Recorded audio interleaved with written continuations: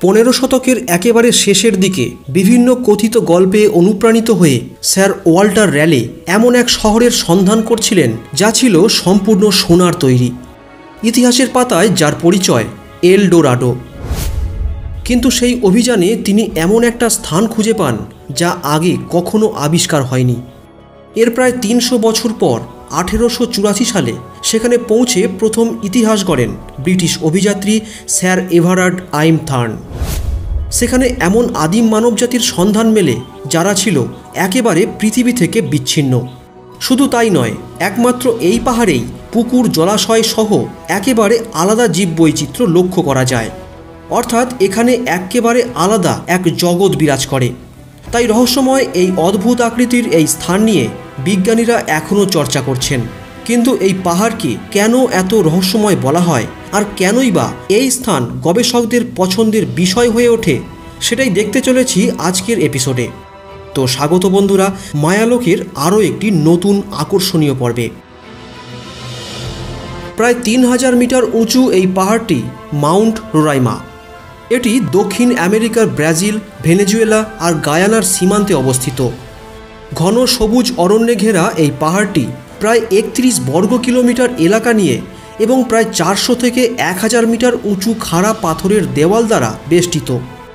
তবে একমাত্র ভেনেজুয়েলা দিয়েই এই পাহাড়ে ওঠা সম্ভব।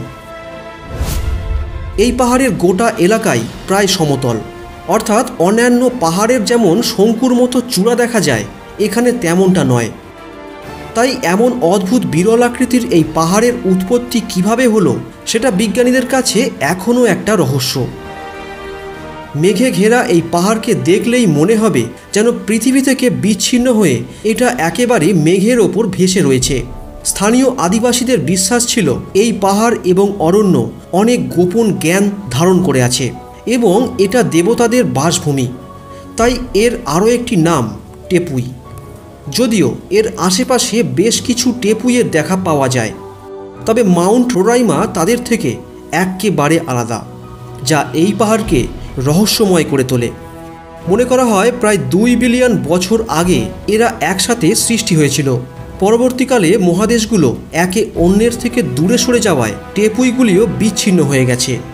এখানে এমন সব বিচিত্র প্রাণী এবং উদ্ভিদ রয়েছে যা পৃথিবীর অন্য কোথাও নেই। এখানে প্রায় প্রতিদিনই কম বেশি বৃষ্টিপাত হয়, আর তাই এখানে সৃষ্টি হয়েছে বেশ কিছু পুকুর, হ্রদ, জলাশয়। আর সেখান থেকেই সৃষ্টি হয়েছে প্রায় 1 কিলোমিটার উঁচু বিশ্বের উচ্চতম জলপ্রপাত অ্যাঞ্জেল ফলস। এখানে কোনো হিংস্র প্রাণী না থাকলেও এমন কিছু বিরল গোত্রের প্রাণী এবং উদ্ভিদ পাওয়া যায় যা অন্য কোথাও পাওয়া যায় না। নীলরঙা ঘণ্টা ফুল, মাংসাশী উদ্ভিদ হেলিয়াসপোরা, বিশেষ প্রজাতির কালো ব্যাঙ, Roraima Bush towed, hummingbird, Dragonfly, tarantula ইত্যাদির মতো বিভিন্ন দুর্লভ জীবজগতের ঠিকানা এই মাউন্ট রোরাইমা।